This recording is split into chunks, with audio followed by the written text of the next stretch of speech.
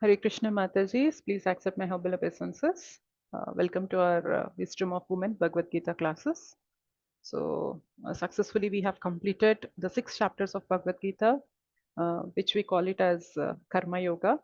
And from today onwards, we are trying to dive deep into the Bhakti Yoga concepts. Yes, Mataji. Yes, 7 to 12 chapters are Bhakti Yoga, the heart of Bhagavad Gita, I would say.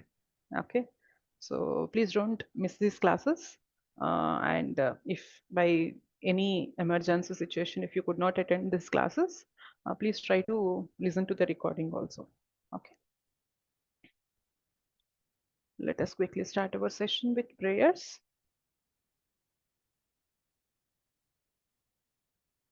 Yeah, today we are going to start chapter 7, that is knowledge of the absolute.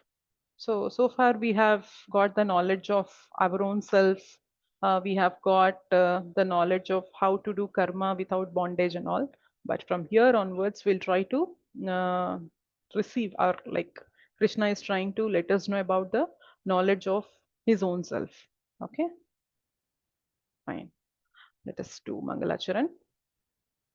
ॐ अज्ञानतिमिरान्धस्य ज्ञानाञ्जनशलाकया चक्षुरुन्मीलितं येन तस्मै श्रीगुरवे नमः श्रीचैतन्यमनोभीष्टं स्थापितं येन भूतले स्वयं रूप कदा मह्यं ददाति स्वपदान्तिकं वन्देऽहं श्रीगुरोः श्रीयुतापदकमलं श्रीगुरून् वैष्णवांश्च श्रीरूपं साग्रजातं सहगण रघुनाथान्वितं तं सजीवं साद्वैतं सावधूतं परिजनसहितं कृष्णचैतन्यदेवं श्रीराधा कृष्णपादान् सहगण ललिता श्रीविशाखान्वितांश्च नमां विष्णुपादाय कृष्णप्रेष्ठाय भूतले श्रीमते भक्तिवेदान्तस्वामिनिति नामिने नमस्ते सारस्वते देवे गौरवाणी प्रचारिणे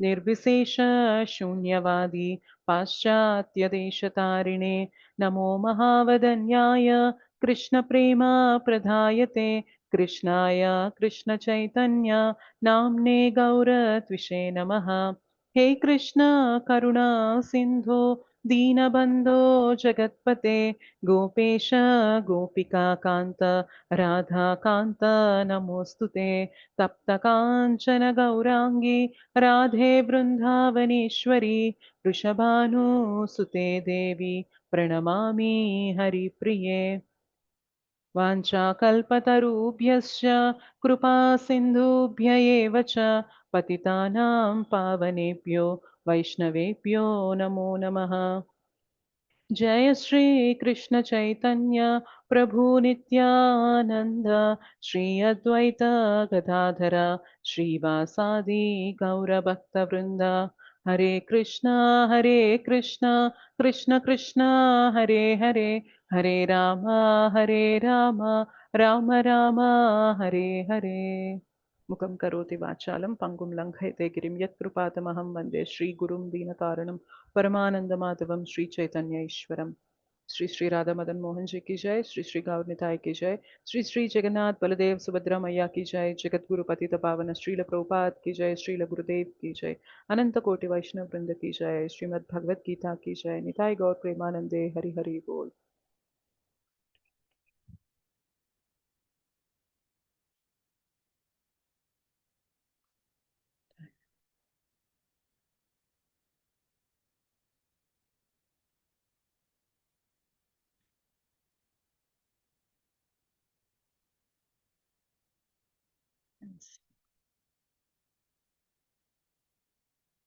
हरे कृष्ण माता जी, दंडवत प्रणाम. हरे कृष्ण माताजी. हरे कृष्ण. हरे कृष्ण माताजी. हरे कृष्ण, दंडवत प्रणाम. Just give me 1 second.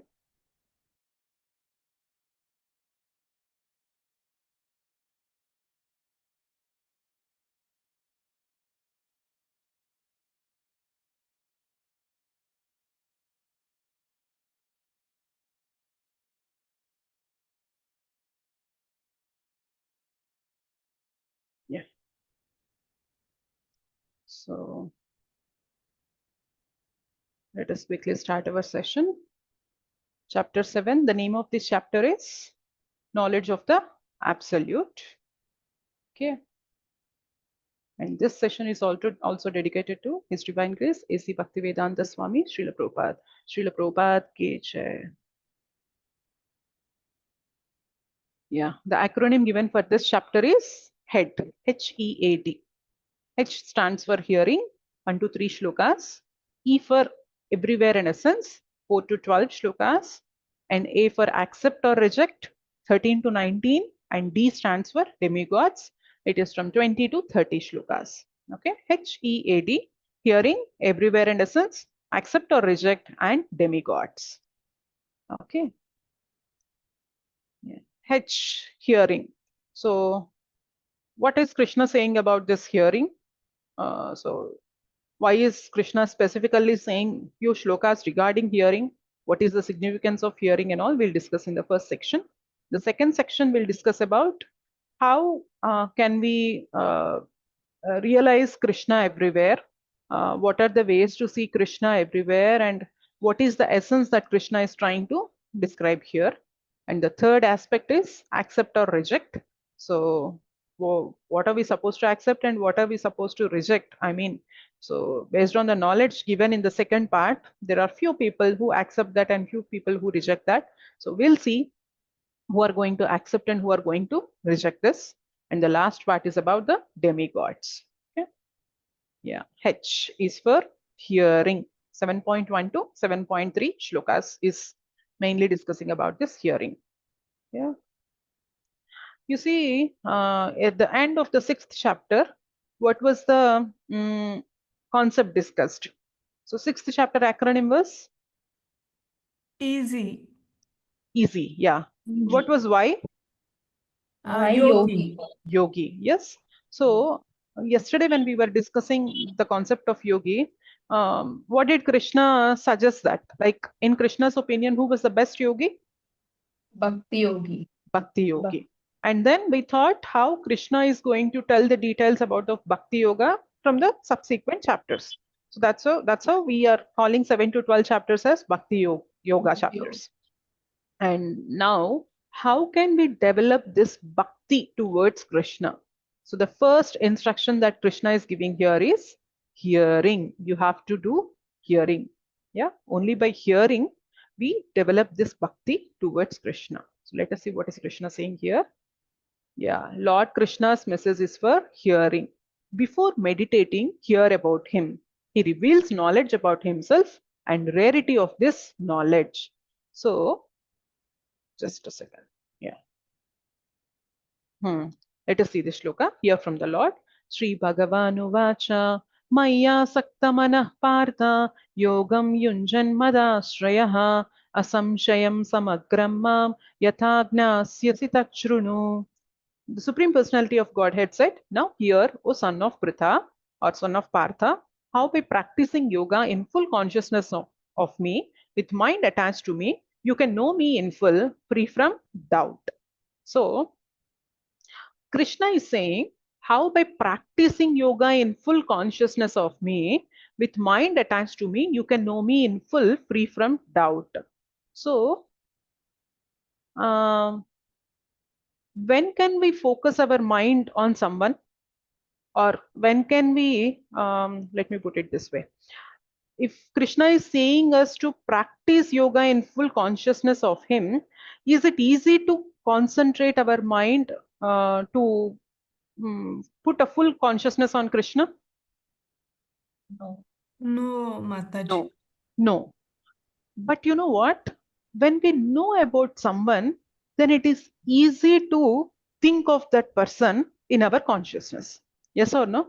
So when Krishna is saying or asking us to think of him, so practice yoga in full consciousness of him with mind attached to him, then Krishna is saying, you can know me in full. But without knowing about him, it is not possible for us to focus our consciousness or focus our thoughts on him.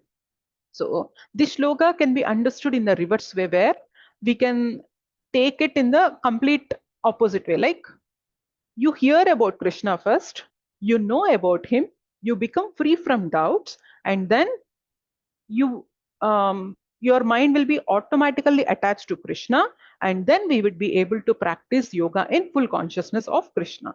Is this feasible for us? Yes or no? When we hear about someone, we know about that person. We know what is he doing for us, and all our doubts regarding that person would be clarified, and automatically our mind will be attached to him, and we can practice yoga by focusing our consciousness on him, and that's how we can get connected to Krishna. Yes or no? Is this process feasible? Yeah, yes, Mataji. Yes. So this process starts with what? It all starts with hearing. Yes. So Yes, Mataji. yeah, hearing. 1 second. So basically, there are 9 limbs, 9 important limbs in Bhakti. As I said earlier, it is Shravanam, Kirtanam, Vishnu, Smaranam, Padasevanam, Archanam, Vandanam, Dasyam, Sakyam, Atma Nivedanam. So there are 9 processes described in this. Shravanam. So first is you have to hear. Kirtanam means you have to glorify. Okay. And Shravanam, Kirtanam, Vishnu, Smaranam means you have to remember. Archanam, you have to worship. Vandanam, you have to offer obeisances. Dasyam, you have to serve basically. Archanam, Vandanam, Dasyam, Sakyam, you can maintain friendly relationship. Sakyam, Atmanivedanam. Okay. Shravanam, Kirtanam, Vishnu, Smaranam, Padasevanam, Archanam, Vandanam, Dasyam, Sakyam, Atmanivedanam. Atmanivedanam means complete surrender. Okay. Out of all these things, the most and the major important aspect here, or the major important limb that is presented in this 9-step process is hearing. Okay. Until you hear, until you know about someone, can you glorify that person? Yes, no? No, Mataji. No. No. Until you know about someone, can you worship that person? No. No, Mataji. Can you maintain friendly relationship with him? Can you become No, a Mataji. servant of him? Can you be surrender yourself to him? Obviously no, right? It all starts with the major important limb, that is hearing. Yes. So most of the times people say to us that, why do people believe in God? How can you prove that God exists? You show me first to my eyes, and then I will then I will surrender to God. People usually say this. But you know what? The process to see the God is not through our eyes. The process to see the God, the Supreme Lord, is through our ears. Okay? Because both are material. Eyes are material, ears are material, everything is material. But you cannot see spiritual thing with material senses. Yes? So that's why it is not that you have to hanker for seeing the Lord. But once you start listening about the Lord, the Supreme Lord, you automatically develop love for Him. You know what?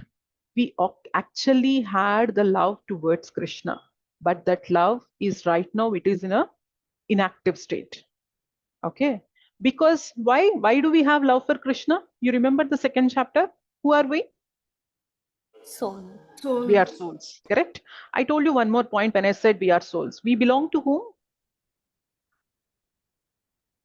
Krishna. Krishna. Yeah, we are part and parcels of Krishna. I told you this. Anyway, this chapter, Krishna himself says how we are his parts and parcels.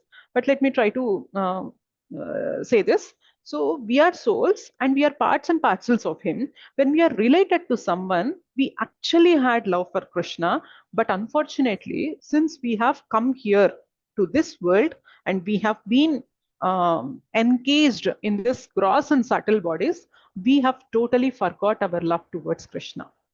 Yeah. So Yes. it is completely in a sleeping state. Our love is in a sleeping state. So when you want to wake up someone who is actually sleeping, what are we supposed to do?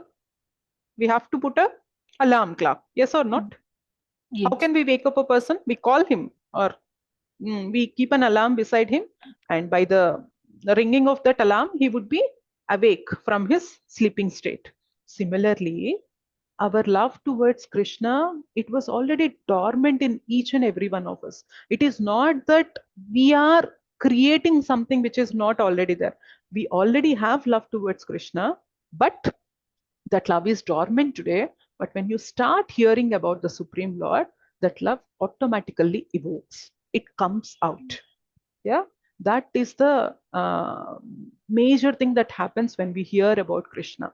So basically, when we hear the instructions of Bhagavad Gita, when we hear the pastimes of Krishna in Srimad Bhagavatam, that too in the association of devotees, automatically you start developing your love, or you start experiencing that love you have for Krishna. But it takes some time. But what I'm trying to convey here is, it is not that you are developing something here. It is already there and you are making it active. You are actually awaking that love for Krishna. So it all happens only by hearing. So do you think of anyone, maybe if you had heard of some spiritual concepts, you might be knowing this.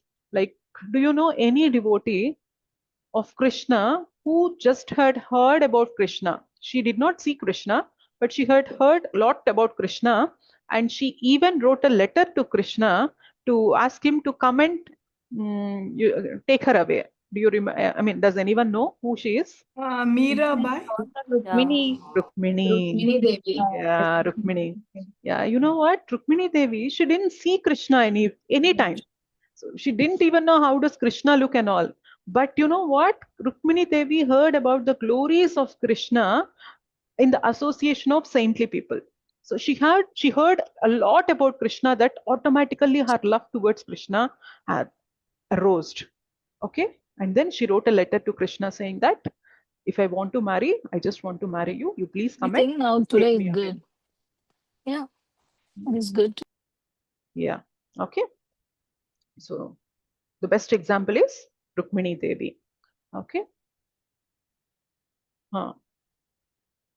Just 1 second. Also, as I told you that we already have love towards Krishna, you can even relate this to this simple, crude example. When we watch movies, what do we expect when we watch a movie? Basically, from the hero perspective, we want him to be very rich. Yes, we want him to be, or even though if he is poor, he should have a very gentle nature, kind nature, humble, and he should have the strength, he should have the courage, he should have all the heroic qualities that we expect, Yes. isn't it? Yes or no? If otherwise, if the hero is being shown with some negative shades, we don't like it. Yes, basically, if you can just think of it, do we see any such person in our real life who can possess all these qualities of a hero? No, not possible. Not possible. But still, we like to see someone on screen with all such qualities. So when the problems are on top of the head, we want the hero to be very cool, very calm, handle all of them with a lot of patience, right? But usually we don't see such persons outside. You know what? All these heroic qualities are the qualities of Krishna. So what I'm trying to say here is, we already have love towards Krishna. Since we don't know where to show that love, we expect people to be like that. And since people in reality cannot be like that, we love to watch movies, because whatever the expectations that we had on other person is being shown in the movies. Yes or no? Yes, Yeah. Mataji. Yeah, Yes, so Mataji. all these qualities are nothing but the qualities of Krishna. Nobody can have all these qualities, but still we expect these qualities because we had seen such person who had these qualities. So our love for Krishna is already there. It is dormant. Since we don't know who Krishna is, how much great he is, how much kind he is towards all of us, how much loving he is towards all of us. Since we don't know that, we try to expect that in the reality, but we don't find such persons. So what I'm trying to say here is, we all have love towards Krishna, but that is dormant now. Only by hearing about Krishna, by hearing the Krishna Katha, we start experiencing that love. Okay. Hearing is very, very, very important limb of bhakti. Okay. Out of all these 9 processes, the first limb is hearing. Even when you chant also, like I'm telling you, right, when you have to control your mind, you have to chant the holy names of the Lord. Chanting is not just a mechanical activity. Like I sit here and I just say, Hare Krishna, Krishna Krishna, Hare Hare, Hare Ram, Ram Ram, Hare Hare. And my mind is thinking of something else, like what I have to prepare for the breakfast tomorrow. how to buy the groceries, when to allocate time for that, then something is going on in my mind. And when I'm just chanting with my mouth is just moving. That is not real chanting. Real chanting lies in attentively hearing the holy name. So everything connects to hearing, basically. Okay. When we hear, when you chant and when you actually hear, automatically the anarthas within us will be cleansed off, washed off. Okay, chanting involves two steps. You have to spell out the names with your tongue and you have to hear them attentively. When you can do these two activities simultaneously, then whatever the anarthas that I said, the mind enemy I told you yesterday, right? We can conquer over that enemy. So it all starts with hearing the holy names, hearing the Krishna Katha, hearing the glories of the Lord, all these things. So they have an immense power to cleanse us. Okay, and also whatever the love that we have already for Krishna would be evoked. Okay, yeah, let us go ahead. Hence Krishna is saying, he's saying from the Bhakti Yoga chapters, he's starting with hearing. You hear from me, Arjuna, hear this. Okay, yeah. Now Krishna is telling there are three processes for acquiring the knowledge. So in general, there are three processes: Pratyaksha Praman, Anumana Praman, and Shabda Praman. Pratyaksha Praman is by direct perception. It is by receiving or by perceiving through our senses. Okay, so let's say if I see the fire, I would know that it would burn me. When I go near to it, it would burn me. So this is like Pratyaksha Praman. I know that when I put my finger in the fire, it would burn my finger. So this is by perceiving through our senses. The second Praman is Anumana Praman. You see, this is Anumana Praman. It is based on hypothesis and logic. So basically, we do some guesswork here. Okay, this might be because of this. This might be happening because of this. So we do some guesswork in the Anumana Praman. So it is like my Siksha Guru would say this example, like let's say there is a boy who had closed the door of his room and he was loudly saying, if you leave me now, I'm going to kill myself. So like this, he was just saying, and the door is closed and the father who was standing the other side of the door, he was completely worried. So he's just knocking on the door and saying, tell me, who is that? Did you love someone? If you love someone, just let me know so that we will sort this out. So the father would say this, but when the boy opens the door, and he says, actually, I'm doing rehearsals for my act tomorrow, and these are my dialogues that are supposed to be said in the tomorrow's act. We are thinking so much, but there is nothing here. So what did the father did? It is like Anuman Praman, like some guesswork. So he is saying some dialogues. Maybe he was thinking this boy might be in love and he was talking to some other girl and all. So he was thinking, but this is not reality. So this is one kind of information, yeah, acquiring knowledge. And the third Praman is Shabda Praman. Shabda Praman is deductive knowledge. Okay, Shabda Praman is deductive knowledge. So this is the knowledge that we receive from scriptures, Guru and Sadhu. Guru, Sadhu, Shastra. They would give us this knowledge.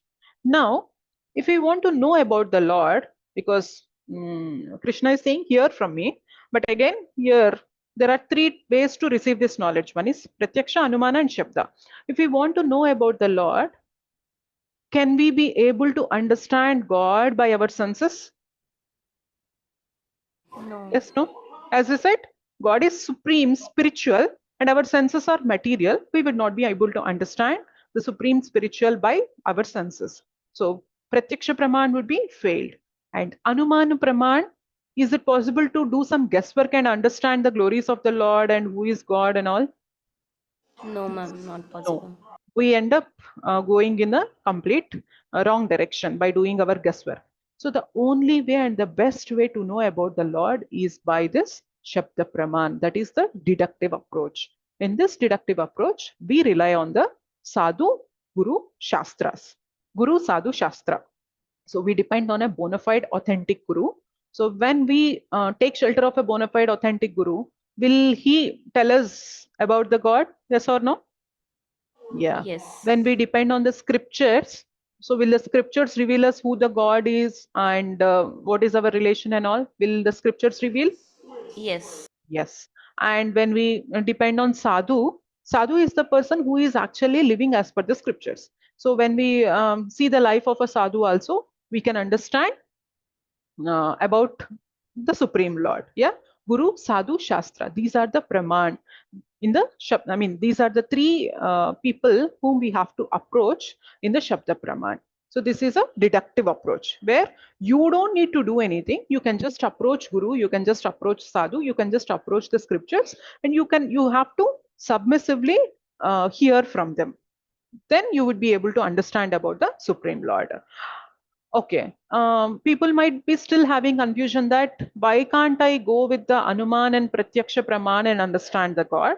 Then it comes to the place where we get to know that there are four defects in every human being.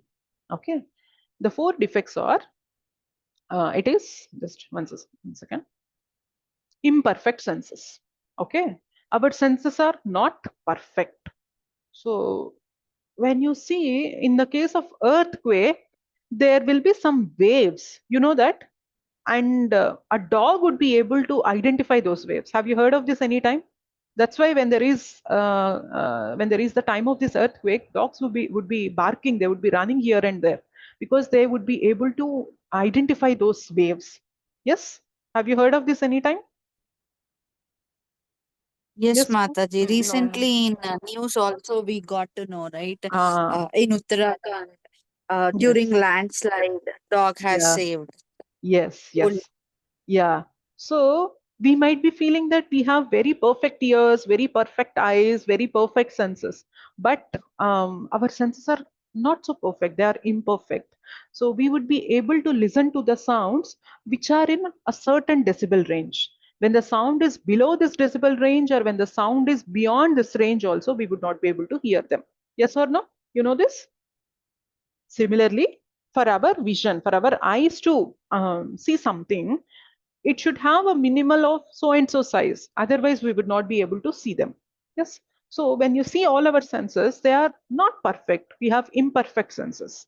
And the other defect is we are in illusion. So we always be under illusion. So we would be thinking like when there is no reality, we feel that there is some reality. When there is no happiness, we feel that there is some happiness here. So we all will be in some sort of illusion all the time.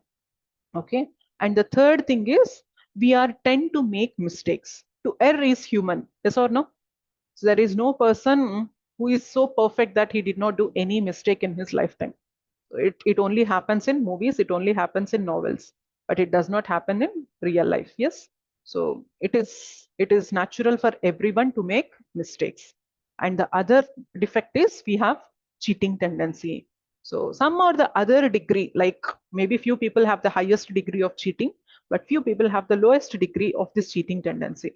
So when there is nobody around, we show our real nature and our cheating tendency comes out. When people are observing us, then we'll be on limits and we don't show our cheating tendency. But um, when we have to speak reality, we all have these four defects. Imperfect senses, we are in illusion, we make mistakes, and we have this cheating tendency. Now, with this all four defects in place, is it possible for us to analyze? Is it possible for us to realize the Supreme Lord by our own analysis? No, Mataji. No, obviously not possible. Hence, the best approach to know about the Supreme Lord is by approaching Guru, Sadhu, and Shastra. That is Shabda Praman. Okay. And hence, this approach is deductive. Okay.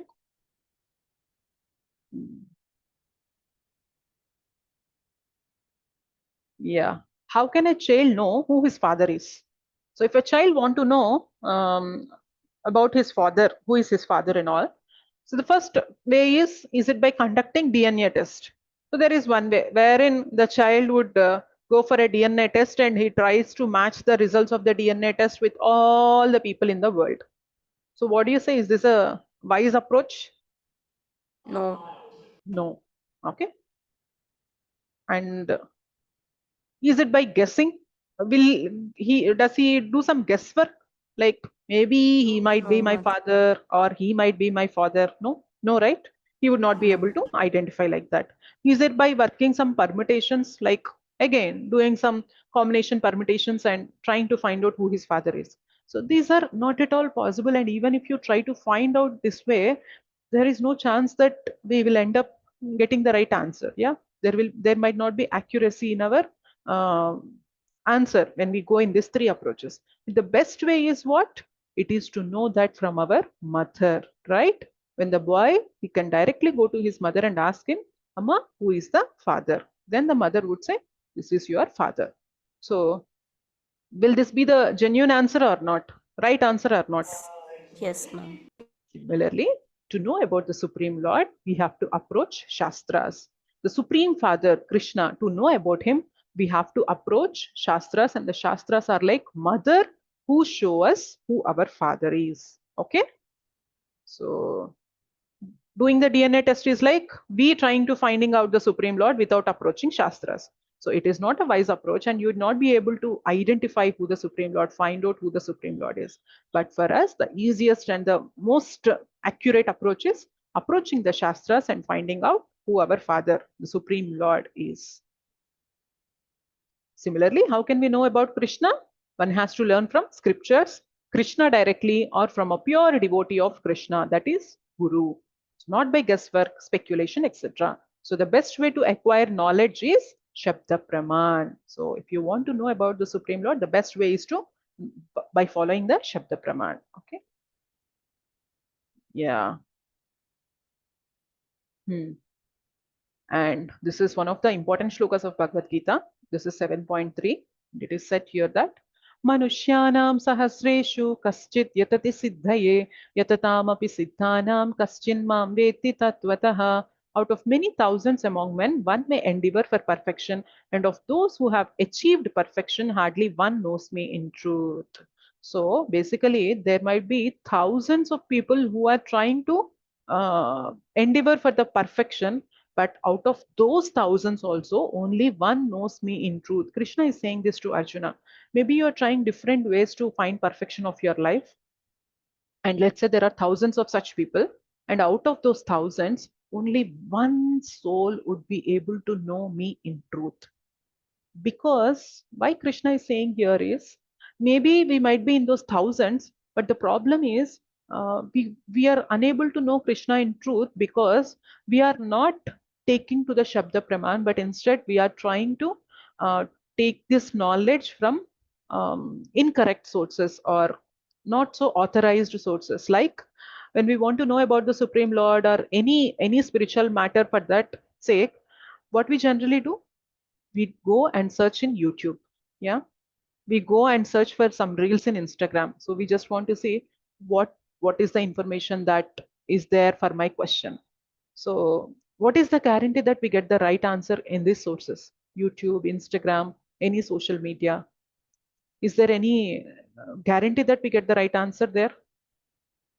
No, Yes. Mataji. No, no, obviously no. But when you actually approach Guru, Sadhu, and Shastra, definitely you would be able to get the right answer. And Krishna was saying that, right, out of those thousands, only one knows perfectly, one knows me perfectly in truth. Maybe we might be in those people who knows Krishna perfectly in truth when we approach Guru, Sadhu, and Shastra. Otherwise, it is not at all possible. So you see, this course we have launched for free of cost for so many people, and only few have registered for this. They are in the group, but still they are not joining the classes. And the people who are actually joining these classes are like, out of many people might be trying, and only one may achieve perfection, and out of those hundreds, thousands, one knows me in truth. You are like thousands of those people who are trying to achieve for the perfection. Now when we, after this course also, when we continue our progress in the spiritual journey, then by approaching in the right direction, like Guru, Sadhu, and Shastra, by following those their instructions, then we would be able to know Krishna in truth. Yes. Otherwise, getting the interest towards spirituality itself is very difficult in Kali Yuga. And even if we get that interest, we are relying on the unreliable sources, yeah, not non-authentic sources. And hence our interest towards the spirituality is not being properly taken care of. That's why many people they even take to wrong people and they consider them as god, and they base their lives also, yeah. But by approaching Guru, Sadhu, and Shastra, we will never be doomed and we will never be cheated. We will have the right information and we will be guided in a perfect direction. Okay.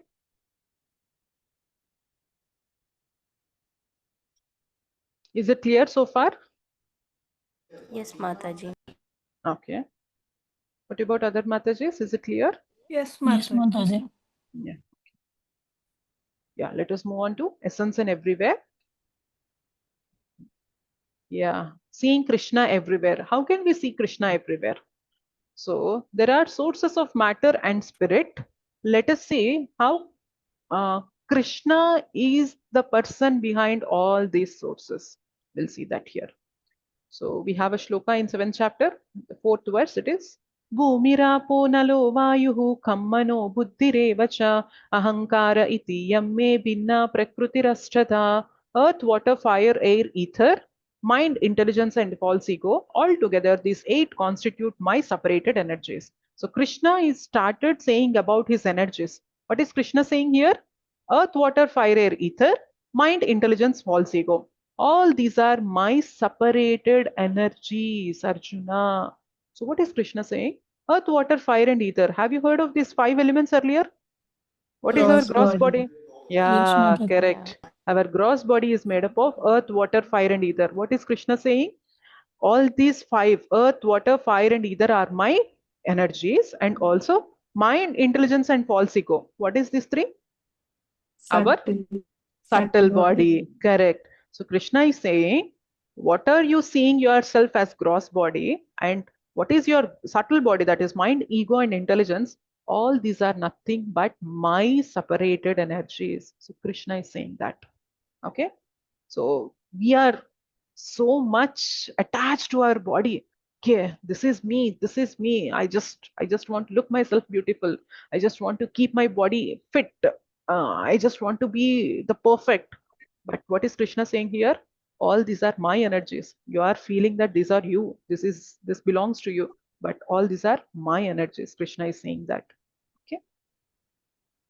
Let us see what is Krishna is saying again in the next shloka. He is saying about Jiva also. Apareyamitastvanyam prakritim viddhi me param Jiva bhutam mahabaho yayedham dharyate jagat. Besides this, O mighty armed Arjuna, there is another superior energy of mine which comprises the living entities who are exploiting the resources of this material inferior nature. So basically, Krishna is saying there is another superior energy of mine which comprises the living entities. What is the living entity? What is the living force in us? Soul. Soul. Yeah, Krishna is saying soul is also my energy. So in the earlier shloka, gross body and subtle body are my separated energies, and soul is my uh, internal energy basically. Okay. So soul, as ourselves, as a soul, we belong to Krishna. Yes. And our subtle body and gross body also belongs to Krishna. Let us see what is Krishna saying further.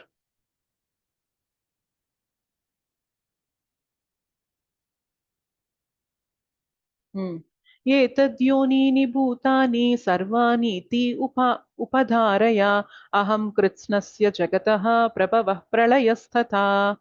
All created beings have their sources in these two natures. Of all that is material and all that is spiritual in this world, know for certain that I am both the origin and the dissolution. You see, basically, anything that you can see with your eyes is made up of earth, water, fire, and ether. Yes or no? Is there anything in the world which cannot be made by these elements, and is there any element that does not comes under this category? No, Mataji. No. Think of anything, thing as in thing. Okay. Uh, you name it a table, you name it a chair, you name it a building, you name it a mansion, you name it a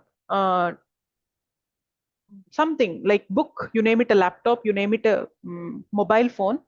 Is there anything that is not made from this earth, water, fire, and ether? Do we have any things that does not comes in this category? The ingredients basically for that? No, right? Everything that exists in this world is made up of these 5 elements. Okay, and even our bodies are made up of these 5 elements. And as a soul, we also belong to Krishna. Krishna is saying living entities are also my energy. So basically, whatever we are seeing in the world is nothing but the energy of Krishna. Yes or no? To put together these two shlokas, whatever we are seeing, now I am seeing this laptop, I'm seeing the keyboard here, I have a book here, I have a table here, I have a chair here, I have a building here, so I have a some bed here. So everything that we see here around, and even the living entities also, when you see a tree, when you see an animal, when you see an insect, when you see a bird, when you see a human, everything is made up of these elements, and the living force is the jiva. So when you see that, when you identify that, there is nothing that is not Krishna's here. Everything belongs to Krishna. Krishna himself is saying. So the non-living matter is made up of this earth, water, fire, and ether, and the living entities are also belongs to Krishna. Krishna. So I am the reason for the creation and the dissolution of this world. Understand, Arjuna? Everything is depending on me. Okay. So do we know this anytime earlier? No. People, that's why I told you, right, in the 5th chapter, why do people develop equal vision? Because they try to see everything as an energy of the Lord. That's why they develop equal vision. So in the 5th chapter, what do we discuss? The acronym was STEP, right? STEP. E stands for equal vision. We discussed that they see Paramatma everywhere, and hence they will have equal vision. But you know what? People who get this knowledge, they don't even waste the resources, because they understand that these resources are not created by me. They are given by Krishna to me. Yes. So let's say you go to your relative's house. How do you behave there? Like, we'll be so free and we'll use everything as if it is our own house? No, right? We'll show some accountability, like when we are using their things also, we'll be very careful in using the things. When we are using their like electricity also, like when we are using the lights, fans, everything also, we'll be very accountable. When we are leaving the room, we turn off the lights, we turn off the fans, we keep everything proper. Yeah. Why? Because that is not our house, that is our relative's house, and I've come here to stay for some time. All this belongs to them. Yes or no? So we show some accountability, like we don't try to use them beyond our need.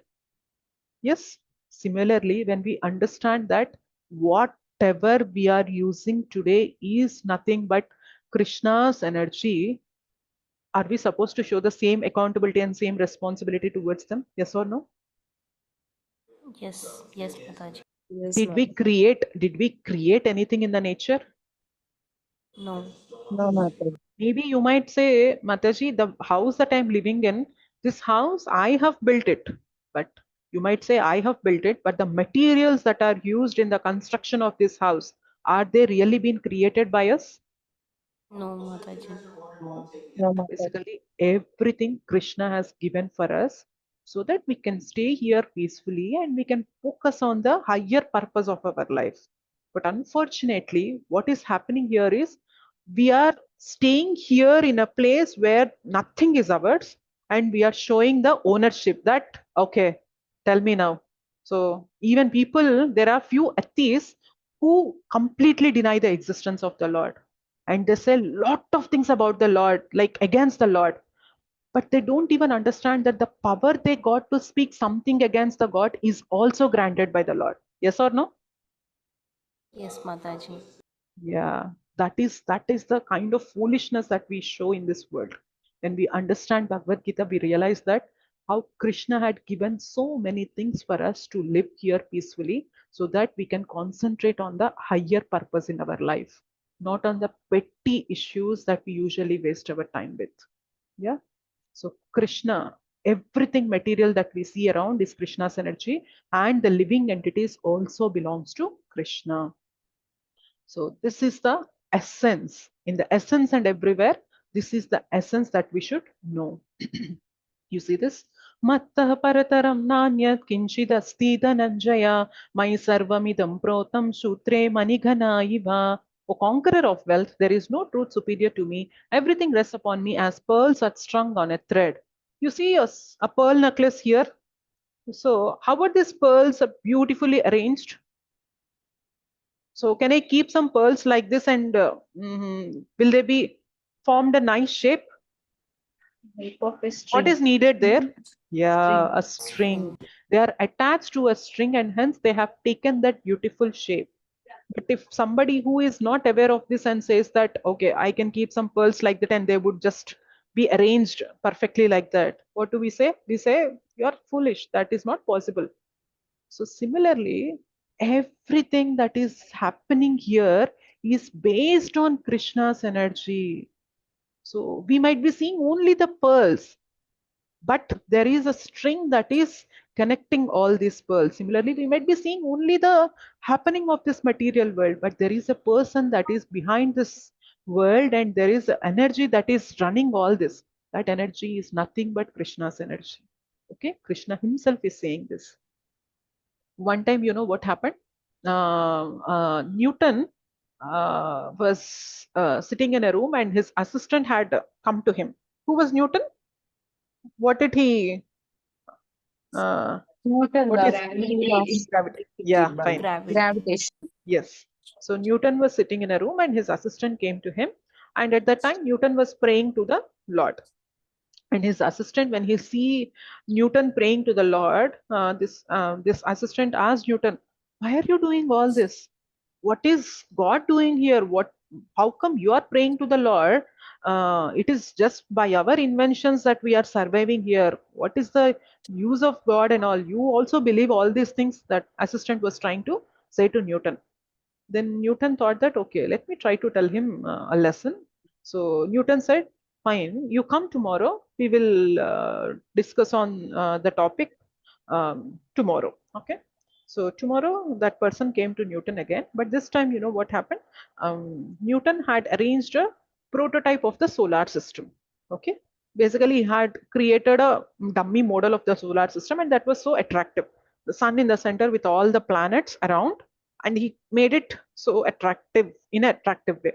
And that person, he came to Newton, and now he has seen that prototype and he was so amazed to see this, and he was asking Newton, how come this was made so beautifully? Who made this? He was asking. Then Newton said that, I don't know, maybe it just came out like that. Then this person was saying, how can it come out like that? Yesterday I came here and this was not there, and now today morning it was just here. So there should be someone who had made it here, right? How can you say that it just came by it alone?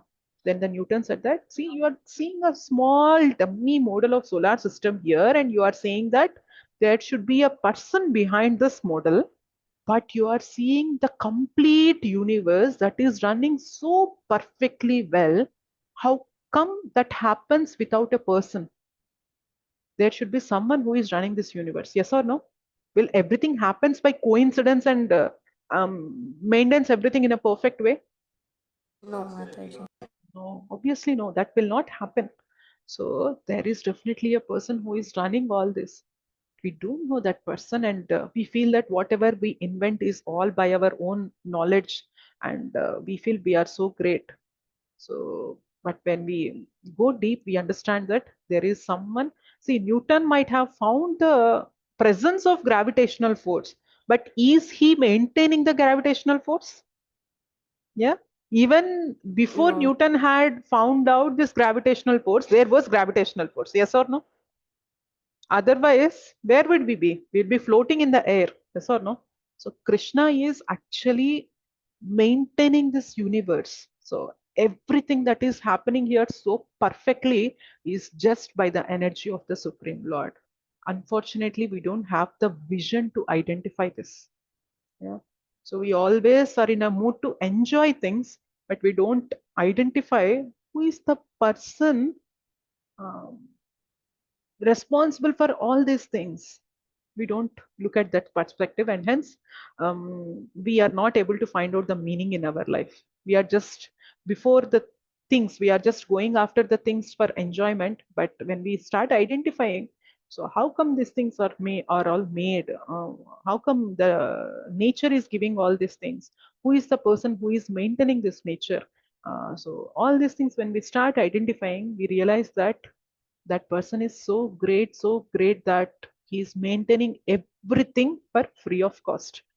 Are we paying any tax to Krishna? No, Mataji. For roads, we are paying road tax. For water, we are paying the water bill. For electricity, we are paying the the current bill. Yes or no? For everything that is available in the nature, the air, the food. Of course, the food we are buying from the market, but are we really paying any tax to the person who is giving the food to us? No, Mataji. No. So why is Krishna doing all this for us? It is out of pure love for all of us that Krishna is doing this. Yeah. So I told you in the beginning, right? Until we hear about someone, until we hear about how much Krishna is doing for us, how can we think of him? How can we concentrate our mind on him? So it all starts with hearing. Now you understand when I say hearing? Yes, Yeah, no? very Yes. interesting, Mataji. Yes, Mataji. So until we hear this, we will not be know about Krishna, Mataji. Leave about Krishna. If we want to know about any person for that matter, we have to know about him.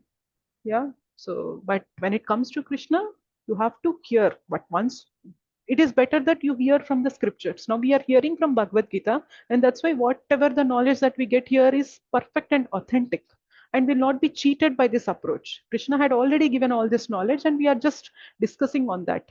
So when we take to this approach, we get the right information, and automatically our love towards Krishna would be evoked. So we understand how much Krishna is doing for us, how much he loves us, that he is doing everything for us for free of cost. Yeah, fine. So Krishna is saying finally, everything that you see in the world is basically everything rests on me. Like how all these pearls are resting on a string. Similarly, everything in this world are resting on me. That's why you are seeing this beautiful world here. Without me, nothing exists here. Okay, this is essence. Yeah, and Krishna is everywhere. So, okay, Mataji, now I got to know that Krishna is managing everything here. He is the reason for all the energies. Like everything we see here is based on his energies. But how can I remember Krishna? Then Krishna is giving few pointers here. Like when you drink water, the taste of the water is by me, Arjuna. Krishna is saying that. So sometimes when it is really hot, and when we were in the hot sun for almost like 1 2 hours, and when we come back home, so what is the thing that quenches our thirst? It is just water, isn't it? Like even when you take to some cool drinks or something else, it would not be able to quench your thirst. Sometimes we just need only water. Yes or no? Yeah. Yes, Mataji. Mataji. Yes, Mataji. So the taste in the water is me. Krishna is saying that. So how can we remember Krishna? Every time when we drink water, we can thank Krishna that, thank you, Krishna. I'm able to drink this water, and the taste that is quenching my thirst is actually you. Thank you so much for giving me this water. Yeah. So we might not pay tax to Krishna, but at least is it okay to say thank you to Krishna? Yes or no? He's doing so much for us. Yes or no? Yes, Mataji. When we drink some water, we can, maybe you don't need to say it out. Maybe internally you might thank you, Krishna. How many liters of water that I have drank so far, from the time I have taken birth, I don't know. But you have been supplying me with a lot of water. You have been quenching my thirst from so many multiple lifetimes. Thank you so much for giving me this. So see, when Krishna is right here, I told you, right? Krishna is just sitting here. Soul and super soul are right next to each other. When we say thank you, Krishna, like you listen to this class, and maybe after the end of this class, class, you might take a glass of water and you drink and you start thanking Krishna. Won't Paramatma would feel happy and give you more opportunities to know about him? Yes or no? You just realize or think about this? Yes, Mataji. Yes, Yeah. Mataji. Yes. So it would be very nice to remember Krishna in every part of our life. And the light of the sun is also me. Krishna is saying that. So imagine when there is no sunlight, and the light of the moon is also Krishna. Krishna says that also. When there is no sun, when there is no moon, when there is no electricity, when there is no fire, um, where do we live actually? Do we live in light or do we live in darkness? You see, the sources of light are sun, moon, electricity, fire. Is there anything that is filling our lives with brightness, light? No, these are the only sources. And Krishna is saying in this chapter, and Krishna also says in the 15th chapter that, so I am the fire, I am the electricity, I am the light in the sun and the moon. So imagine when these are not there, our life would be in complete darkness. Yes or no? Yes. Yes, Yeah. Mataji. Krishna is supplying all these things for us. So when we see sunlight, you can also thank Krishna. Thank you, Krishna, that you are filling my life with light, and thank you for giving me an opportunity to know about you. So when you thank, when you remember, when you can remember Krishna like this, then it's like a very wonderful transformation in our lives. Yeah. And I'm the sound in the ether. So the sound vibrations that we are hearing every day, even the classes now you are listening, what how we are able to listen? Because Krishna is the sound that is being carried in the ether. That is Krishna. I'm ability in the man. So we might have many abilities in us. We might have many working abilities. We might have so much intelligence with us. We might have speaking abilities. We might have many talents with us, but all these talents, all these abilities in men are nothing but Krishna. Okay. So, and also Krishna is saying, I'm the intelligence in the intelligent.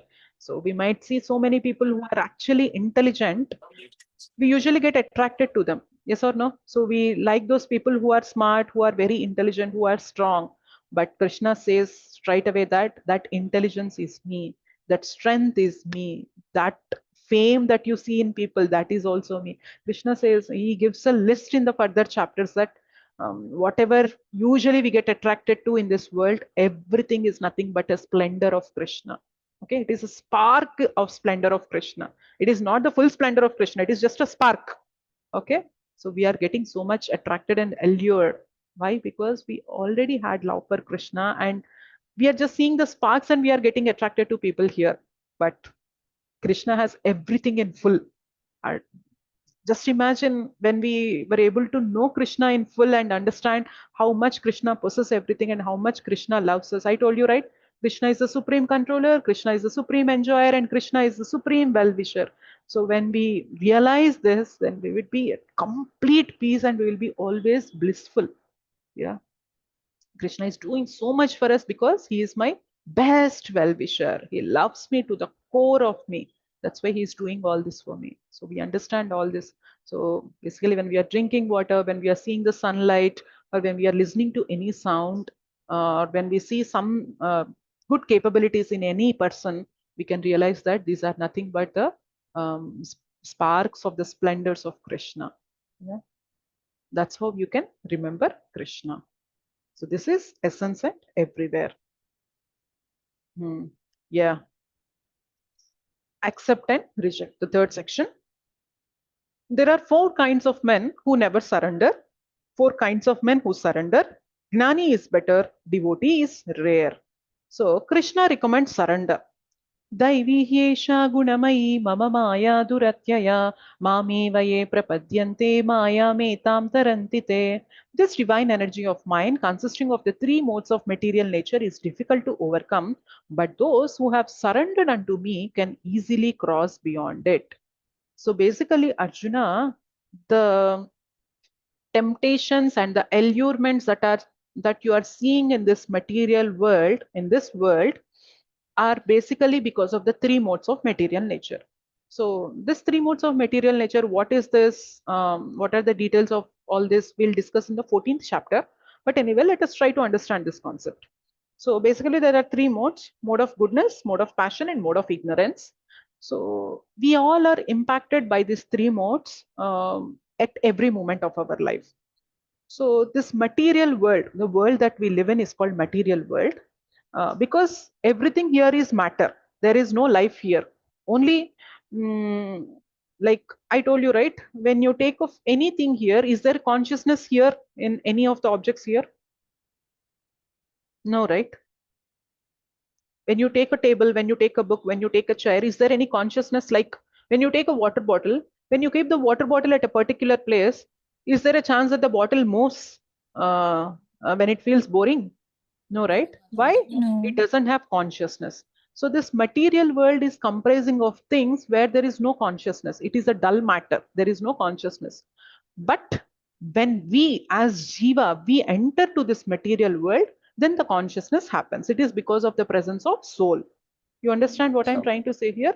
Since soul is present here, this body is moving. Let's say the soul leaves this body. What happens to this body? This body becomes dead. Then that body would be able to move. Will it have any consciousness? No. Basically, no. when you see that, everything that we see here is a dull matter, dead matter, basically. By the presence of the soul, the living entity, the life comes into it. You understand it? Yeah? Yes. Is it Yes, clear? Mataji. Yeah. Yes, Okay. Mataji. Yeah. So Krishna is saying that this material energy, where which is comprising of these three modes of material nature, it is extremely difficult for you to overcome. So Krishna is saying basically about our anarthas, about our mind here. Basically, our mind is the agent of this material nature. So the desires that we develop here and all are actually the products of this material nature, and it is difficult to overcome.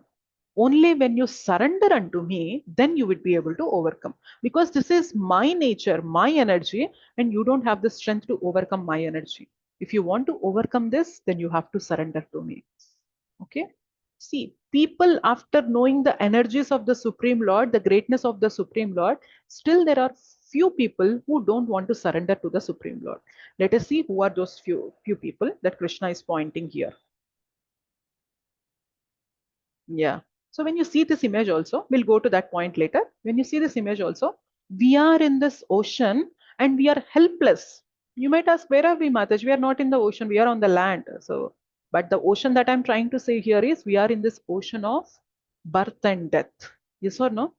Everyone who are here have to go through the cycle of birth, death, old age, and disease.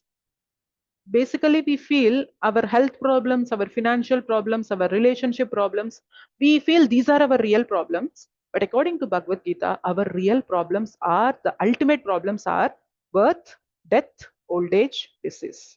Is there anyone who doesn't come under this cycle of birth, death, old age, and disease?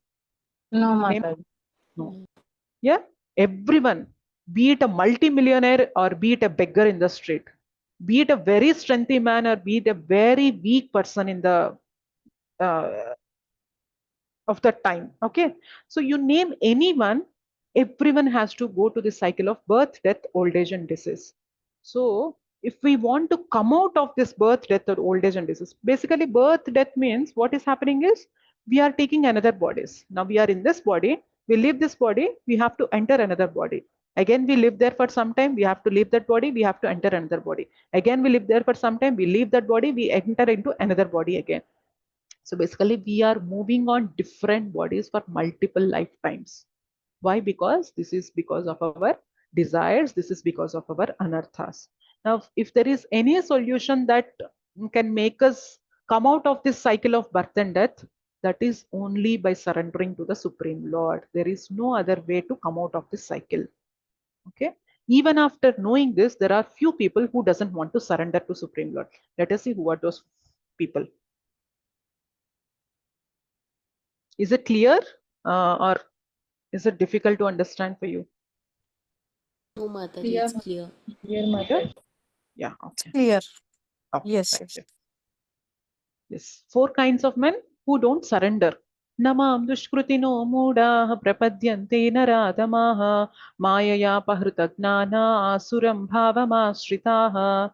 Those miscreants who are grossly foolish, who are lowest among mankind, whose knowledge is stolen by illusion, and who partake of the atheistic nature of demons, do not surrender unto me. So Krishna is saying about 4 kinds of people. One is grossly foolish. The second category is lowest among mankind. Third category is the people whose knowledge has been stolen by illusion. And the fourth category are directly atheists. Okay, let us see what is Krishna mean by foolish. So when we say somebody is foolish, it is like let's say there is a small boy, some 5 6 years boy, and he is trying to lift a rice bag of 25 kgs. Is it possible for a 5 or 6 year old boy to lift a rice bag of 25 kgs? No, Mataji. No. No, So Mataji. we try to say to him that it is not possible for you. You need to grow enough to actually weigh that. But for now, it is not possible for you. And the boy says, no, no, no, no, no. I don't need your suggestion. I would be able to lift it up. Then what do we say to that boy? You are foolish. Yes or no? Yeah. Yes, Yes, Mataji. Mataji. Similarly, there are few people where Krishna himself is saying that this material world is difficult to overcome. It is not your capacity. You cannot overcome this. I know you because I am your creator. Whatever the body that you are being situated now, even as a living soul, you are actually belong to me. I know you that it is not possible for you to overcome. Even when Krishna says, even when Guru, Sadhu, Shastra say that, there are few people who say that, no, I don't need your suggestions. I will try my level best to cross over this ocean. I will try my level best to come out of the cycle of birth and death. I don't need to surrender to anyone. So what do we call this kind of people? Foolish or not? Yes, foolish. Yeah. Yeah. So Krishna is saying that those who are grossly foolish, they will not surrender unto me. So Krishna Wonderful himself, answer. yeah, Wonderful answer. Krishna himself is saying that you cannot cross over, but there are few people, they would come up and say that, no, no, no, no, I would be able to cross over this. So that person, definitely he will not be able to surrender. The second category is uh, lowest among mankind. So these kind of people are like, you see some people in the society, the more you try to say about the God to them, the more against they would become to the God. Do you see such kind of people anytime? Have you come across those people? Few people, the more we try to explain about God, the greatness of God, the glories of God to them, the more against they will become. Yes, this kind of category is the lowest among mankind. So they don't want to listen. The more you try to convince, the more against they will become. So they will also not surrender to the Lord. The third category is Mayaya Pahruta Gnana, means their knowledge being covered by illusion. So basically, this category of people, they are materially very sound. They might be having very good education. They might be doing a very fantastic job. They might be materially very opulent. But when it comes to the Supreme Lord, when it comes to surrender to the Supreme Lord, they say that I don't depend on the Lord. It is all because of my hardness, my sincerity, my dedication that I have achieved so much. Where is the scope of God here? So the person is saying that it is all based on my efforts that I have done this, I have achieved this, and I'm here today. Why do you want me to surrender to the Lord? This category is Maya Pahrita Gnana. So, so see, when we get any education, what should our education make us? It should make us humble or it should make us pride? Humble. Humble, yes or no? So basically, when a person is rightly educated, he would be definitely humble. But unfortunately, the education that we are receiving today is not in a proper direction, and hence people are feeling proud of what they are achieving. But when we actually see the reality, there are many things that are beyond our control, and it is just because of the mercy of the Supreme Lord that everything is in place.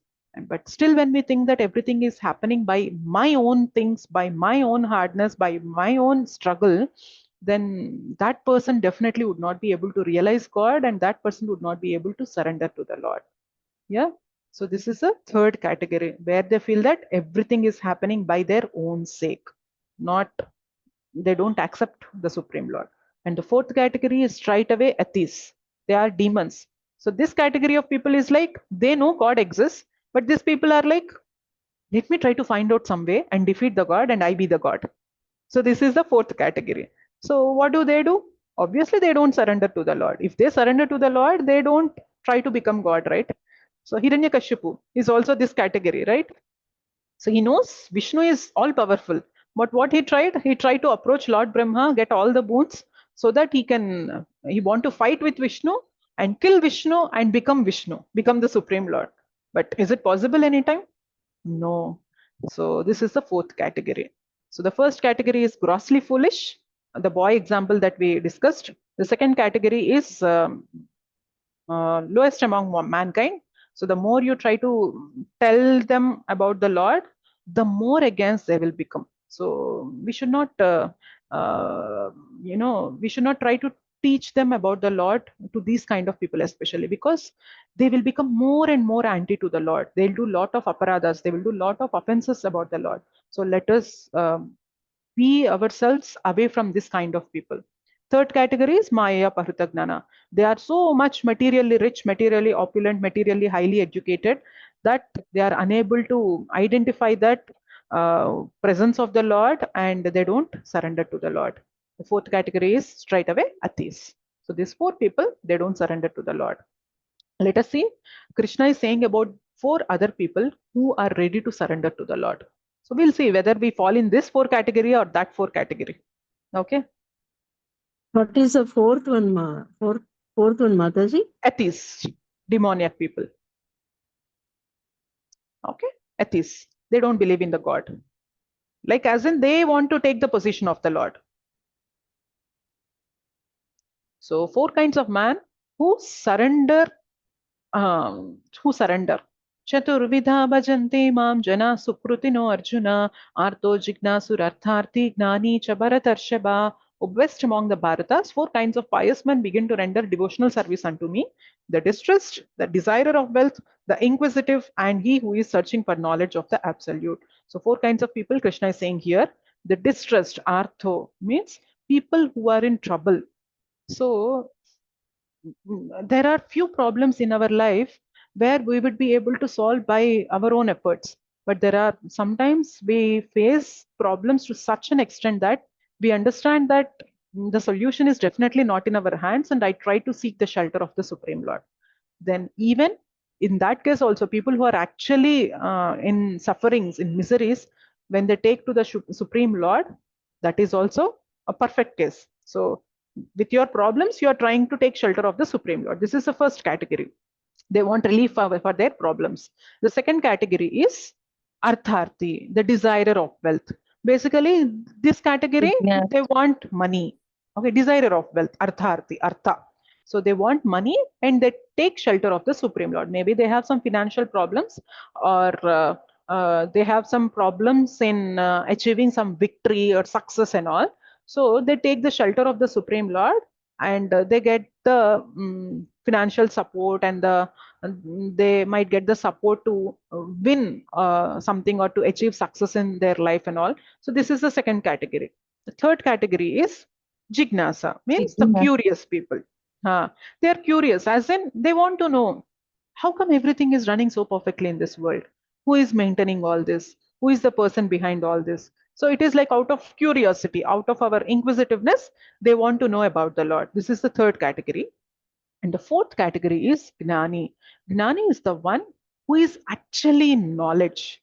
So this category, he knows who is the Supreme Lord. He knows how much he is doing for us. And then this person surrendered to the Supreme Lord. So the first category is out of our own sufferings. To get rid of our sufferings, we take shelter of the Supreme Lord. This is category 1. We surrender to the Supreme Lord. Category 2, to solve our financial problems and all, Artharthi, we want some wealth and we take shelter of the Supreme Lord. Third category is We want some Jignasu. clarity. We want some answers to our questions, and hence we take the shelter of the Supreme Lord. And the fourth category is Gnanis, where they know that Supreme Lord is so and so person, and we are related to that person, and that's how they take shelter of the Supreme Lord. Okay, so these are the four people that surrender to the Supreme Lord. You know what Krishna says?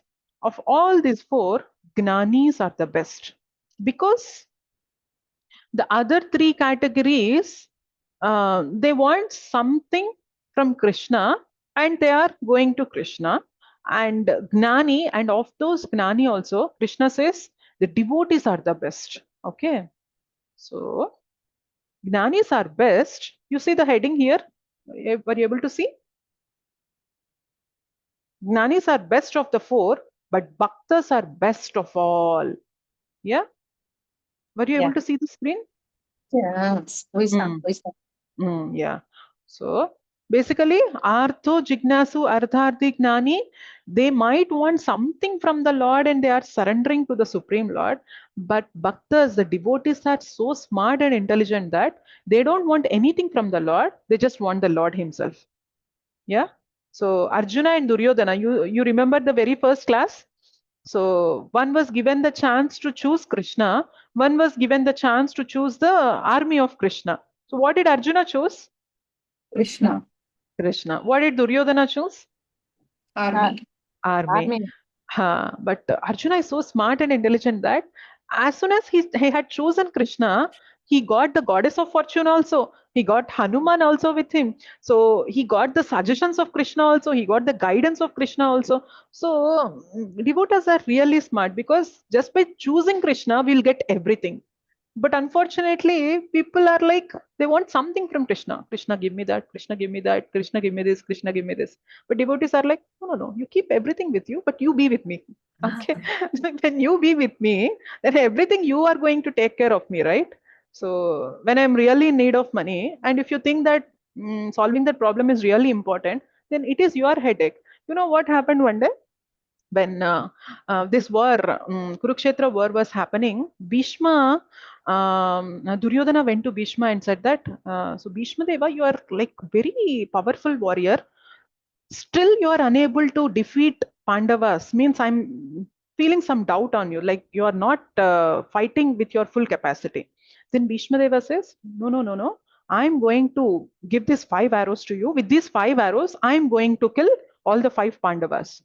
So this news has spread all over the place, and Arjuna also got to know this, that Bhishma had prepared from 5 arrows, and he is going to use these arrows in the next day and trying to kill all the 5 Pandavas. But you know what? Krishna, in the middle of the night, he was just moving here and there in front of the tent of Arjuna, and Arjuna was in like a sound sleep. Krishna, he could not understand how come he is sleeping like this, and Bhishma is ready there with all these arrows. So Krishna went inside and he started waking up Arjuna and said, you know what? Bhishma Deva had made a promise that he is going to kill you all people tomorrow. Yeah, I know, Krishna. Why are you disturbing me? Let me sleep. Krishna was like, aren't you be afraid? Like, this is a serious thing. You are going to get killed tomorrow. Krishna, why do you want to disturb my sleep? You are there no anyway to support me. Why do you want to disturb me? Let me sleep peacefully. So Arjuna is saying like this, and Krishna is like, see, this is the position of my devotees. They would sleep so peacefully that I have to awake all through the night and I have to roam like this in front of the tent of Arjuna. This is the position of my devotees. You see? So devotees are really, really very smart. They will choose Krishna and they leave everything to Krishna, that it is Krishna's headache to protect the devotee. Yeah. So anyways, so four kind of people who don't surrender. See, that's why I told you, right? Generally, surrender is a negative word, but when it comes to bhakti, surrender is the most positive thing, that we depend everything or we rely completely on Krishna, that we can be so peaceful, so calm, that Krishna would be really in the tough times and he would be having headache on how to protect his devotees. That is the surrender. So when we surrender, Krishna is like bound completely. Yeah. That only devotees would do. And the last part in this section is demigods. So why doesn't everybody surrender to Krishna? See, after knowing all this, there are still few more people who don't surrender to Krishna, but they still take to the worship of the demigods. Why? कामैस्तैस्तैर्हृतज्ञाना प्रपद्यन्ते अन्यदेवताः तं तं नियममास्थाय प्रकृत्या नियता स्वया. Those whose intelligence has been stolen by material desires surrender unto demigods and follow the particular rules and regulations of worship according to their own natures. So, even after knowing all this, there are few people who have so many material desires that they take to the worship of the demigods and follow the particular rules and regulations of worship according to their own natures. Why? Because they have lot of desires and they are less intelligent. The result because of this is, what do they get? They get only the temporary result and they go to the planet of demigods. Okay. So even after knowing all this, still few people take to the worship of the demigods because they just want to get their desires fulfilled immediately. Okay. I told you yesterday in one of the classes, right? When something is really not good for us, our parents would not give it to us. But when we go to a shopkeeper, will he really think about whether it is good for us or not? No. As long as you have the money to buy something, he would give that. Similarly, demigods are like that. When you do some ritual that is given in the Vedas, even though whatever the result that you get out of that ritual, if it is bad for you also, they would award you. And also the results would be temporary. It is like, even though they give it now, again your desires would increase. As I told you yesterday, desires are like, when we satisfy our desires, it leads to more and more desires, adding ghee to the fire. So when demigods grant us those desires, we end up developing more and more desires. But when we approach Krishna, Krishna is like a very loving father. So Krishna knows that if something is really not good for us, he will not grant us. I already told you earlier. So Krishna will not grant us if that is not good for us. Also, if that is good for us and if we approach Krishna, what happens, Krishna purifies us. So Krishna purifies us in such a level that we don't develop those desires again. Let me tell you a quick story. This is from Bhagavatam. This is Dhruva Maharaj pastime. And then we can close this session. I'm sorry for taking it too late today. But when it comes to Bhakti Yoga, we feel so much connected because it is all about Krishna, right? I'm so sorry for dragging this class. But anyway, let us spare 5 more minutes and then listen to this pastime. So Dhruva Maharaj, so he was a 5-year-old boy. So basically his father is Uttanapada. Uttanapada had 2 wives, Suruchi and Suniti. So Uttanapada, 2 wives, Suniti, Suruchi. Suniti's son is Dhruva Maharaj. Suruchi's son is Uttama. Okay. So one day, Uttanapada is the king of that kingdom. And one day when Dhruva Maharaj went to his father, his step-brother is sitting on the lap of his father. Uttama is sitting on the lap of his father. And Dhruva also wanted to go and sit on the lap of his father. But you know what? At the time, his stepmother, his mother is Suniti, his stepmother is Suruchi. Suruchi tried to pull him away and said that, since you have not taken birth from my womb, you are not supposed to sit on your father's lap. So just by hearing this, Dhruva Maharaj got infuriated. He got so much angry. And also Uttanapada did not oppose his wife because he loved his second wife so much. The first wife is Suniti, Dhruva Maharaj's mother. Second wife is Suruchi, Uttama's mother. But Uttanapad had so much liking towards the second wife that he did not oppose when Suruchi said this to Dhruva. So Dhruva Maharaj, he was so much angry that he went to his mother, and his mother said that, see, I don't have solution to this. If you want to get solution, you go and approach the Supreme Lord and ask him the solution.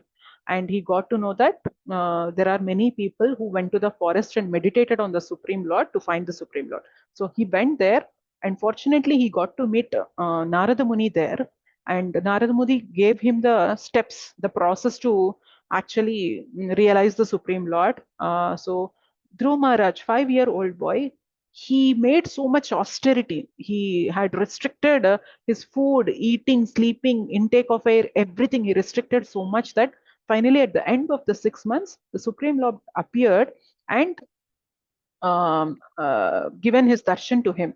And this time, Dhruv Maharaj, after seeing the Supreme Lord, he was so much purified that initially he came here with a desire that he want to get the kingdom which is greater than the kingdom of his father, which is greater than the kingdom of his grandfather, which is greater than the kingdom of his great grandfather. So he want that kingdom which is greater than their 3 generations. So he came with this intention, but by the time, by the process that Narada Muni had suggested, and he followed, and by the time he had the darshan of the Supreme Lord, he said only one thing: see, I'm so foolish that I have a diamond in front of me, and I'm here so foolish finding out the broken pieces of glass. So basically, the kingdom that he was trying to get is compared to the broken pieces of glass, and the darshan of the Supreme Lord is compared to having a very valuable diamond.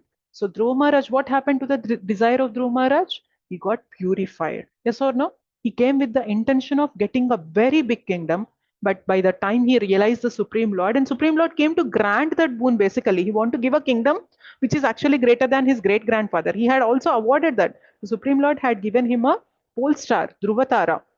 Yeah. So that is not like a material planet, it is very special. So even when the complete world is annihilated, still the Dhruvatara, the pole star, would remain there. So he had got a very nice kingdom also, but now Dhruv Maharaj is so much purified that he finally says, I am looking for the broken pieces of glass. I want that desire to be fulfilled. I want this desire to be fulfilled. But oh my dear Supreme Lord, now I have darshan of you. I don't want anything else. I don't need anything else. Please don't grant me anything. This transformation had, how did it come? Because he has approached the Supreme Lord. So even though you have desires, when you approach the Supreme Lord, your desire will be fulfilled and also you will be purified. But when it comes to the demigods, it is not like this. Your desires are granted, but it leads to more and more desires. Yeah. So this is the difference between demigod worship and the Supreme Lord worship. The results given here are temporary. But when it comes to Dhruv Maharaj's case, he had got a very beautiful, very opulent kingdom that it will not be ruinated or annihilated even at the time of destruction. Yeah. So that is the difference between the worship of demigods and the Supreme Lord. Yeah. Who can become devotees? Now the question comes, can anyone become a devotee? Yeah, now it is saying here that Esham dvantagatam papam jananam punyakarmanam te dvandva moha nirmukta bhajante mam vrataha. Persons who have acted piously in previous lives and in this life, and whose sinful reactions are completely eradicated, are free from the dualities of delusion, and they engage themselves in my service with determination.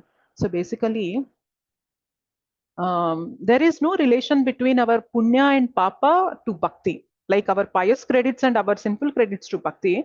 But usually what happens is, when we are really pious, then we would have a nature that is conducive to bhakti. See, all of you people who have registered for this course, who are opted to attend this course, you definitely have pious credits, because um, it takes a minimum pious credit to understand and to realize that when somebody is saying about the Supreme Lord, we feel, okay, let us try to hear what they are trying to say. Let us try to listen to it. Even to get that feeling also, we need some pious credits. Yeah. So we have so much ego, so much in our head that when somebody tries to say something to us, we are like, who are you to say to us? I know everything. I don't need somebody's instructions in my life. Yeah, we usually will be with that sort of mindset when we are really sinful. But when we have some pious credits with us, we show some conducive nature to listen to these teachings. Yeah, that's how. See, it again connects to the first point. We show because of our pious credits, we show some conducive nature to hearing, and by hearing, we start developing love for the Supreme Lord. Okay, this is how one can become a devotee. Okay, so these are the concepts of the 7th chapter. So let us go to the summary slide. Yeah, the acronym given for this is HEAD, HEAD. H stands for hearing, E for essence and everywhere, A for accept or reject, and D for demigods. Yeah, in hearing, we have seen how hearing develops the dormant love for Krishna and how that love would be awakened by hearing. And E, essence and everywhere, we have seen how the complete world is made by the energies of the Supreme Lord, and how we as a spirit soul also be the energy of the Supreme Lord, how everything is maintained by the Supreme Lord, like the pearl strung on a thread. And the everywhere, like everywhere, when we want to remember Krishna, just by drinking water or seeing at the sunlight or by seeing some abilities in the man, we can realize that this is because of Krishna. Yeah. And in accept or reject, Krishna is saying there are 4 people who surrender and 4 people who do not want to surrender. And out of all these people, devotees are the best and the rarest. And the last one is demigod worship. So the worship of demigods, whatever the results that we get is temporary. Yeah. But when we reach to Krishna, even when we have desires, our desires will be fulfilled and our heart will be purified. Okay. So this is about our 7th chapter. Let us quickly chant 7 times Hare Krishna Mahamantra. Yeah. Okay. Fine. Let me share the screen. Hare Krishna, Krishna Hare Krishna, Krishna, Hare Hare Hare, Krishna, Hare Rama, Krishna Krishna, Rama Hare Hare, Rama, Hare Hare Rama, Hare Hare. Rama, Rama Hare Rama, Hare Hare. Hare Hare Krishna, Krishna Krishna, Krishna, Hare Hare Hare, Krishna, Hare Krishna Rama, Krishna, Hare Hare, Rama Hare Rama, Rama, Hare Hare Hare, Rama, Rama Hare Rama, Krishna, Hare Hare. Krishna Hare Krishna Krishna, Krishna, Hare Hare Krishna, Hare, Krishna Hare Krishna, Rama, Hare Hare, Hare Rama Rama, Rama, Hare Hare Rama, Hare, Rama Hare Rama, Hare Krishna, Hare. Krishna Hare Krishna, Krishna Hare Krishna, Hare Krishna, Hare, Krishna Hare Krishna, Rama, Hare Hare, Rama Hare Rama Rama, Hare Rama, Hare Rama, Hare, Rama Hare Rama, Hare Krishna, Hare, Krishna Hare Krishna, Krishna Hare Krishna, Krishna, Hare Hare, Krishna Hare Krishna, Rama, Hare Hare, Rama Hare Rama, Rama Hare Rama, Rama, Hare Hare, Rama Hare Rama, Hare Krishna, Hare, Krishna Hare Krishna, Krishna Hare Krishna, Krishna, Hare Hare, Krishna Hare Krishna, Hare Rama, Hare, Rama Hare Rama Rama, Hare Rama, Rama, Hare Hare, Rama Hare Rama, Hare Krishna, Hare, Krishna Krishna Krishna, Krishna Hare Hare, Krishna, Hare Hare Hare, Rama, Hare Rama Rama, Hare Rama Rama, Rama, Rama Hare Rama, Hare. Hare Hare. Thank you so much, Mataji. Svancha kalpatarubhyascha kripa sindhubhyeva cha patitanam pavanebhyo vaishnavebhyo namo namaha. Ananta koti Vaishnav Vrinda ki jai, Srila Prabhupada ki jai, Srila Gurudev ki jai, Nitai Gaur Premanande, Hari Hari Bol. So, first of all, I'm so sorry for dragging the class to till 9:35, 9:36. Mataji, don't say sorry, Mataji. It's our actually, you're giving so much of knowledge to us. And today's class is like, it's like part of changing thinking, Mataji, like drinking water, taste of water, and we have to thank that we don't know, Mataji, actually. But today you have given that thinking process to us. So actually, I'm thinking to do as it now, after drinking Very water. nice. Yes, yes, Yeah, Mataji. very Thank you nice. so much, Mataji. Your class is very, very interesting. Thank Thank you you so so much, much. Mataji. Thank you. Thank you. All glories to Srila Prabhupada and Gurudev Mataji. Thank you. Yeah. Hare Krishna Mataji. Hare Krishna Mataji. Hare Krishna Mataji. Hare Krishna. Hare Thank Krishna, you. Mata. Hare Krishna. Thank you so much. Any questions?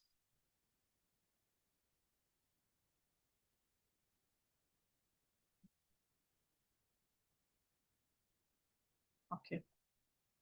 If you don't have any questions, then we can close the session. Tomorrow, we'll discuss about the eighth chapter.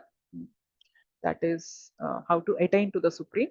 So we'll see few more jewels in tomorrow's chapter. Yeah. Thank you so much, Matajis. It Thank you, was nice. Mataji. Day by day, very interesting, Mataji. Very well. Yeah, Bhakti Yoga chapters would be very, very interesting, Mataji.